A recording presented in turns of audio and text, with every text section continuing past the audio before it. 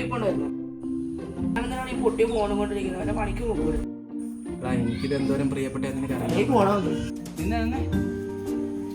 നിനക്ക് ഈ ഫോണിൻ്റെ വില എന്തോന്ന് പറഞ്ഞാൽ മനസ്സിലാക്കി. നീ എൻ്റെ കൂടെ ഉള്ളതിനെക്കാളും കൂടുതൽ ഇതെൻ്റെ കൂടെ ഉണ്ടായിട്ടുണ്ട്. എൻ്റെ എല്ലാ ദുഃഖത്തിലും സുഖത്തിലും എൻ്റെ കൂടെ ഉണ്ടായിരുന്നത്.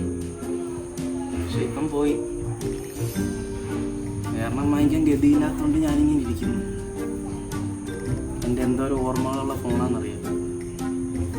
It's a bad luck. എൻ്റെ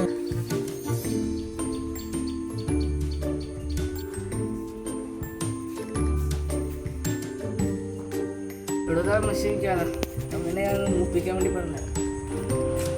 കുഴപ്പമില്ല, തനിക്ക് സർപ്രൈസ് ആയിക്കോട്ടെ എന്ന് പറഞ്ഞ് ഞാൻ ഉണ്ടായിരുന്നു.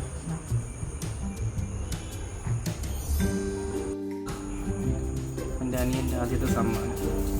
എടാ, അങ്ങനെ ഒന്നും മറ്റൊന്നിന് പകരമായിരുന്നെങ്കിൽ നിന്നെ കൊടുത്തിട്ട് വേറെ തവള കൊടുത്ത് നല്ല കിടുക്കം പിള്ളേരെ ഞങ്ങൾ വാങ്ങിച്ചേനെ. അതിൻ്റെ ഒരു ഫോണും ഇയാൾക്കൊക്കെ സാമാനം കൊടുത്ത് എന്നെ പറയാം. മോശം ഇപ്പം ചെറുക്കം കൊണ്ട് തന്നുള്ളൂ. നോക്കിയൊക്കെ